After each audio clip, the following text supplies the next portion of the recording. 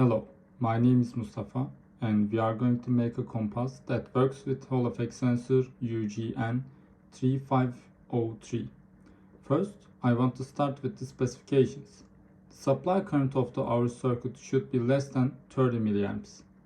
It should operate for at least 3 minutes after auto zero. Indicator LEDs should turn on within plus minus 45 degrees of north or south. No flickering, that means we have to put hysteresis in the circuit. And the last, PCB size should be less than 75mm to 60mm. To complete the project, I started to design the schematic of the circuit. You can see the completed schematic. Even though there is no need for supply capacitors in LT-Spice, I placed them not to forget about them. After that, to imitate the Hall effect sensor, I placed a voltage supply that has the same functions with it for the circuit.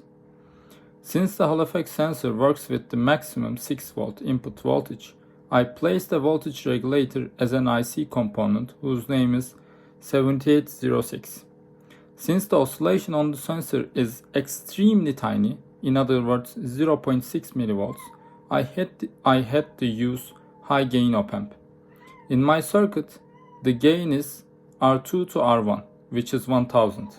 The output of high gain op-amp connects to the switch to have an auto zero circuit. In the auto zero circuit, we work with a reference voltage to have more stable value. To have that value, I use the voltage regulator's output with a voltage divider to gain 1.8V reference voltage. In that differential amplifier, the difference is taken and connects to the high gain op-amp leg. However, to have more stability and less fluctuation, I used another partial circuit in the output of differential amplifier.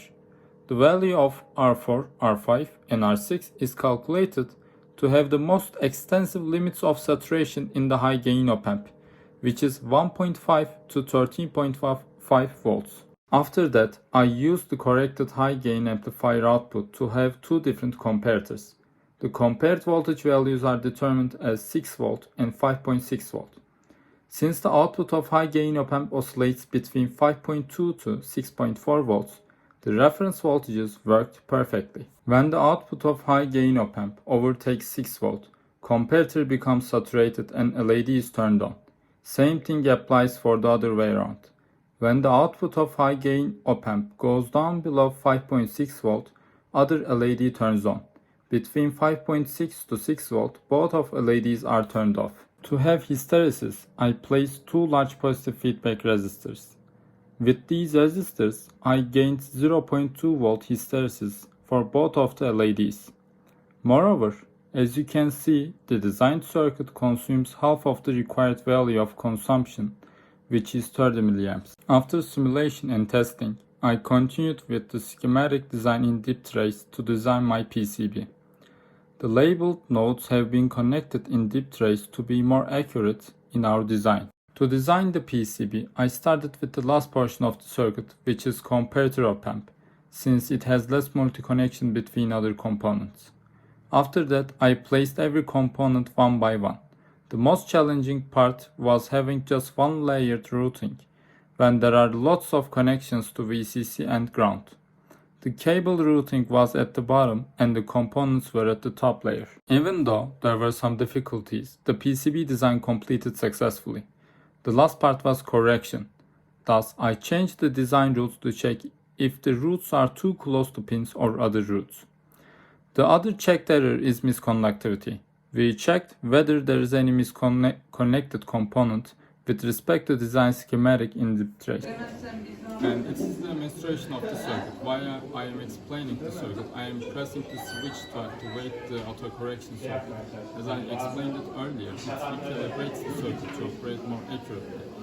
To make calibrating more effective, I should press the switch at least 5 times constant of the differential amplifier. So approximately, I should turn off the switch for 18 seconds. So as you can see, when I switch the bottom for 5 time constant, it works perfectly, nearly perfectly, because I added 0.2 volts hysteresis, and there is no flickering in the LED color. So when the Hall effect sensor changes the direction, it takes the electromagnetic field of the area, and it gives the electric signal to activate the proper LED. Thank you. To finish the video, I filmed that the circuit works properly for at least 3 minutes after auto zero. Since the 3-minute video could be boring, I speed up the video to 5 times. While finishing the video, I want to thank our incredible professor, Abdullah Atalar. That project wouldn't be that successful and entertaining if his guidance were not with us. Not just project, with lab assignments too, which he has prepared them by himself. We have learned deeply the concepts of microelectronics. Thank you hocam for everything.